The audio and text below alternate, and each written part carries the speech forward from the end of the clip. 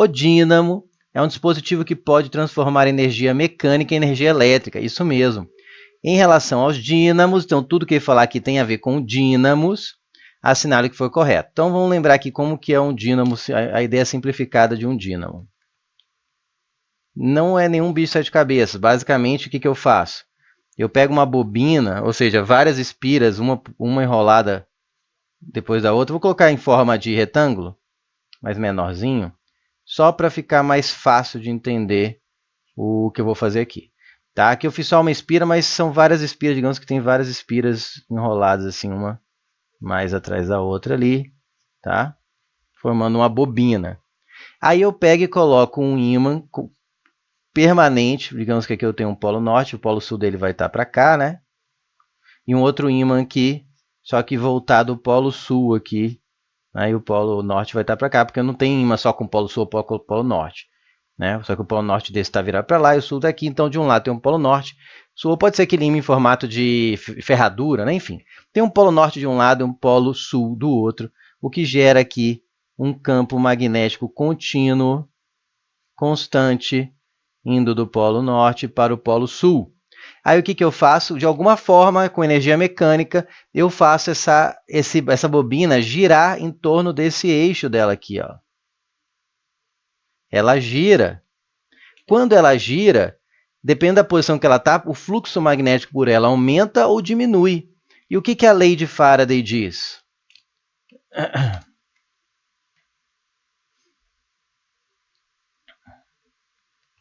Lei de Faraday, lei de indução de Faraday, né? Acho que não tem só uma. Lei de indução de Faraday. O que ela diz? Em forma de equação, a força eletromotriz induzida, né, que seria a DDP ali nessa espira, é o inverso, é o oposto da variação temporal do fluxo. Quanto mais rápido varia o fluxo ao longo do tempo, maior é a força eletromotriz induzida. E lembra que se eu tenho uma DDP, que é a força eletromotriz, o que gera? Corrente induzida, né? A diferença potencial, então, a variação de fluxo gera uma diferença potencial, que por sua vez provoca uma corrente, e aí eu tenho uma corrente circulando aqui nessa espira, e essa corrente é que eu distribuo em forma de energia elétrica para alimentar aparelhos elétricos. Tá? É assim que se usa o dínamo. O que faz o dínamo girar? Pode ser você pedalando uma bicicleta, pode ser uma hélice girando porque você aqueceu o vapor, como se formou vapor de água, como se fosse numa usina. Tá? Então tem várias maneiras. Importante aqui, alguma coisa fez uma energia mecânica, fez o ato de algo girar, e com esse giro você faz esse fluxo ficar variando, aumentando, diminuindo, aumentando, diminuindo, aumentando, diminuindo. Pode ver que desse jeito passa pouco fluxo. Se eu desenhasse essa bobina já mais inclinadinha aqui, deixa eu ver se eu consigo. Fazer um azul claro aqui. Digamos que ela já inclinou um pouquinho aqui, ó. Já estaria passando mais. Se ela tivesse virada assim, ó, já de lado para a gente, estaria passando o máximo de fluxo aqui por dentro dela.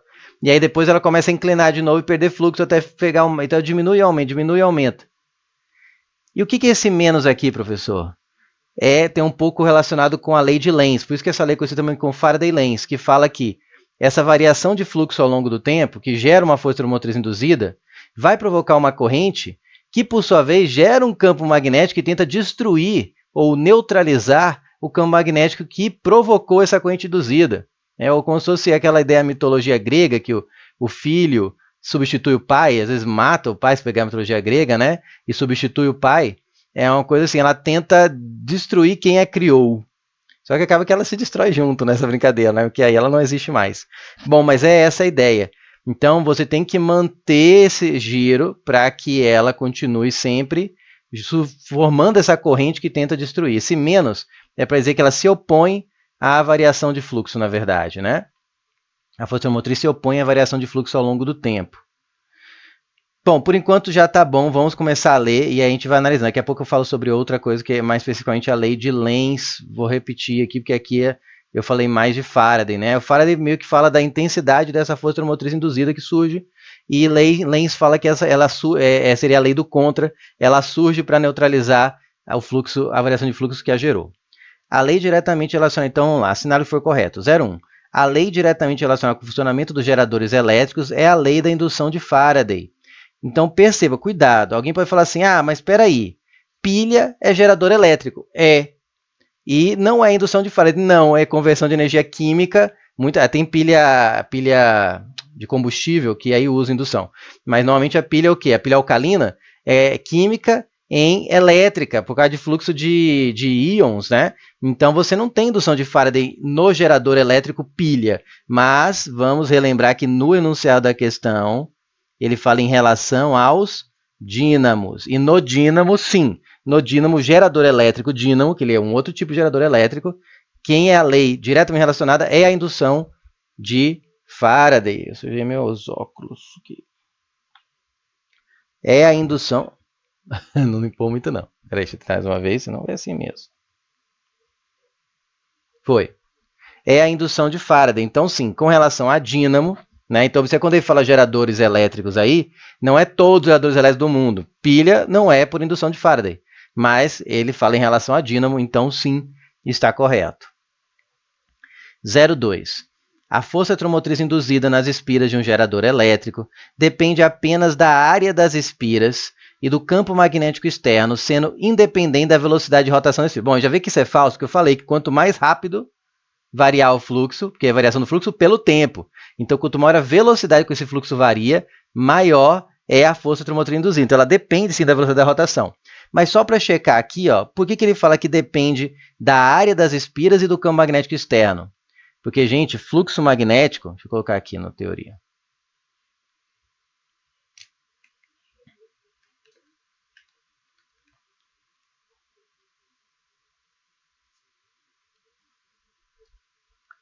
Fluxo magnético é dado por B vezes A vezes o cosseno de θ. E esse θ é o quê? É o ângulo. Cuidado aqui, que isso aqui engana muita gente. É o ângulo entre o vetor B do campo magnético e a normal, a área da espira, ou das espiras por onde ele passa. Tá? Então, por exemplo, vou fazer aqui. Se eu tenho aqui uma espira e eu tenho aqui um fluxo magnético, que é um campo magnético passando aqui por ela, né? Atravessando a espira, esse θ, ele seria o quê? Eu faria uma normal. Vamos fazer esse campo inclinado para eu mostrar melhor. Vou fazer primeiro a normal, então eu tenho aqui a normal, a área da espira. Ela faz o quê? A área da espira está aqui, né? Ela faz 90 graus com a área da espira. E aí eu vou colocar o fluxo magnético inclinado aqui para exemplificar, atravessando a espira assim. Esse ângulo aqui, do fluxo magnético B, do campo magnético B, com a normal a área da espira, é esse ângulo θ da equação aqui. Tá?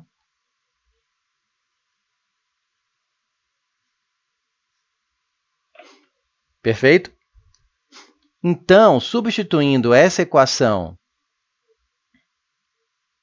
na equação da lei de indução de Faraday, da força eletromotriz induzida, ficaria menos fluxo depois, fluxo final menos fluxo inicial,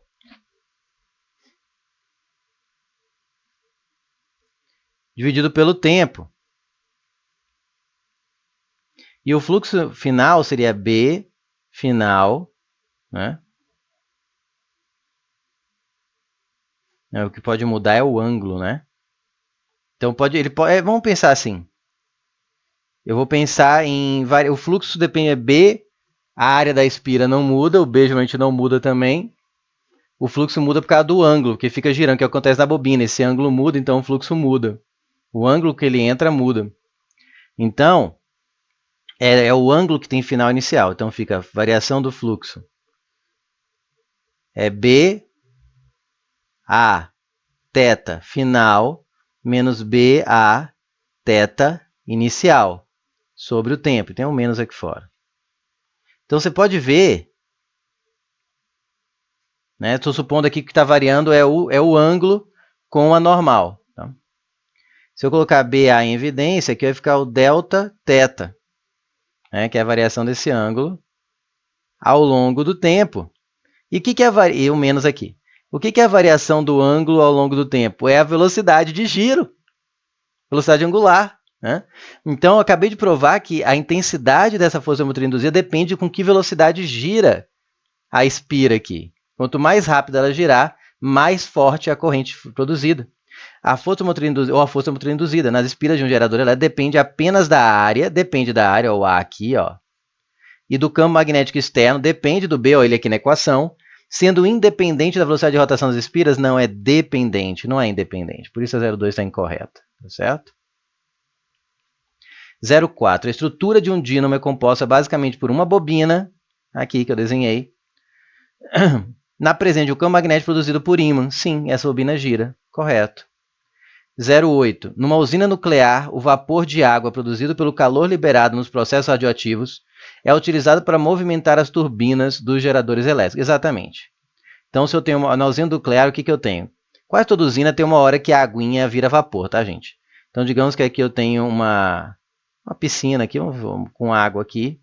E aí aqui eu ponho uma... Vou ser bem cru, né? Vou ser bem simplista. Uma pedra radioativa aí, plutônio, urânio, né? Urânio enriquecido. O que ele produz? Muito calor, né? Por causa do decaimento, isso aqui produz muita energia. E essa energia faz com que essa água, que está aqui nessa piscina, digamos, evapore, formando um monte de vapor d'água. E em cima desse vapor d'água, do lá, enfim, ele é conduzido de tal forma, esse vapor d'água, vou simplificar aqui, para gerar uma hélice. Na usina hidrelétrica, quem gira a hélice é a queda d'água. Na usina termonuclear, na usina atômica, você aquece a água que gera vapor e esse vapor faz uma hélice girar. Quando essa hélice gira, ela gira ou um monte de espira com ímãs em volta ou gira um monte de ímã com espira em volta. Enfim, ela acaba fazendo meio que um dínamo. É a ideia do dínamo. Só que tem um monte de espiras preso nas hélices e um monte de ímã preso lá de fora para dar essa variação de fluxo. Ou, ao contrário, tem um monte de espira presa em volta aqui da hélice e ela tem um monte de ímã aqui, gerando fluxo magnético. De qualquer maneira, você tem o quê? A geração de força motriz induzida e a corrente. Então, numa usina nuclear, o vapor de água, sim, produzido pelo calor liberado nos processos radioativos, sim, é utilizado para movimentar as turbinas dos geradores elétricos. Perfeito. 16. Essa aqui foi a explicação da 08.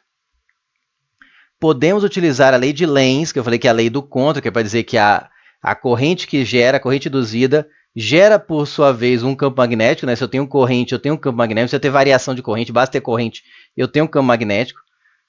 Para determinar o sentido da corrente elétrica em espiras, através das quais ocorre a variação do fluxo magnético. Sim, a variação do fluxo magnético eu chamo de lei do contra na brincadeira, né?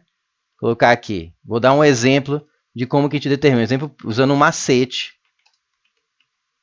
Mas você pode usar também o conceito geral, lei de Lenz. Como que eu determino o sentido pelo macete e sem o macete? Como você preferir, olha só. Digamos que eu tenho uma única espira aqui para simplificação. E vou colocar aqui o polo norte e aqui o polo sul, e vou colocar o polo norte se aproximando com uma certa velocidade v. Ou seja, o fluxo magnético aqui, que está saindo do polo norte, está aumentando, porque está se aproximando da espira. Então, um jeito, macete. Lei de Lenz ou lei do contra. Eu sou do contra, o norte está se aproximando, eu quero que ele vá embora. O que repele o norte? Lembra?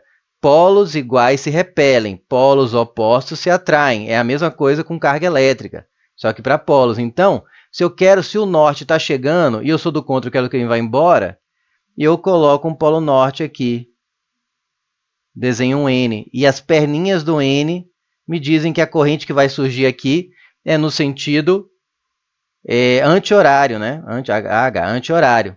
Agora, se eu pegar o mesmo desenho, vou ensinar a fazer sem o macete. Não é um pensamento a mais só. De novo, o norte está aqui, o fluxo magnético. Lembra que o fluxo magnético faz isso, né? Por fora aqui. É circular, fechado. Mas está aumentando aqui. Agora aqui eu vou colocar o ímã indo embora. E aí ele é do contra. Aqui a força motriz reduzida. Então, o norte está indo embora? Não, agora eu quero que você chegue, quero que você venha. Então, eu vou gerar um polo sul para te atrair de volta. As perninhas do S indicam o sentido da corrente, que é no sentido horário. Como que eu faço sem esse macete? Dá um pouquinho mais de trabalho, mas é pouca coisa. Você tem que pensar que ela tem que gerar um campo magnético que anule esse aumento de fluxo. Se o fluxo está aumentando e ele quer diminuir, essa espira vai ter que gerar um fluxo contrário para tentar anular o que está entrando. E pela regra da mão direita, vamos lembrar, dedão na corrente, né? E a garrinha, estão me vendo aí? Dedão na corrente e a garrinha para o fluxo. Se você, digamos que você não tinha aqui a corrente desenhada ainda. Eu não sei qual é a corrente, tirei o macete aqui.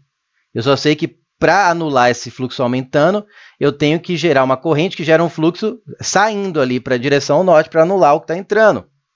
Está sempre querendo anular o que está acontecendo, que é o aumento de fluxo. Então, dedão, eu não sei para onde está a corrente, mas eu sei que a garrinha tem que fazer isso, tem que sair. Então, eu sei que desse lado daqui, ó, que é onde está a corrente, tem que ser para esse lado, para eu fazer a garrinha e dar esse fluxo saindo. E daqui tem que ser daqui descendo para fazer a garrinha e dar o fluxo saindo. A mesma coisa aqui, só que aqui o fluxo estava diminuindo. Então, eu tinha que aumentar o fluxo. Vou colocar o N de volta aqui. Eu tinha que aumentar o fluxo. Então, a corrente tem que ser descendo aqui desse lado para eu fazer o fluxo passando pela espira. Entrando na espira, porque o fluxo estava diminuindo, eu tenho que impedir que ele diminua. E aqui eu tenho que impedir que ele aumente. Aí você usa a teoria mais diretamente. Ou faz esse macetezinho de, tá indo embora, volta aqui. Está se afastando, eu quero que se aproxime. Está se aproximando, eu quero que se afaste. E desenha a letra ali. De qualquer maneira, podemos utilizar a lei de Lenz para determinar o sentido da corrente gerada em espira através das quais ocorre variação em fluxo magnético. Sim, que nem eu acabei de mostrar. 16 com 8, 24, com 4, 28, com mais 1, 29.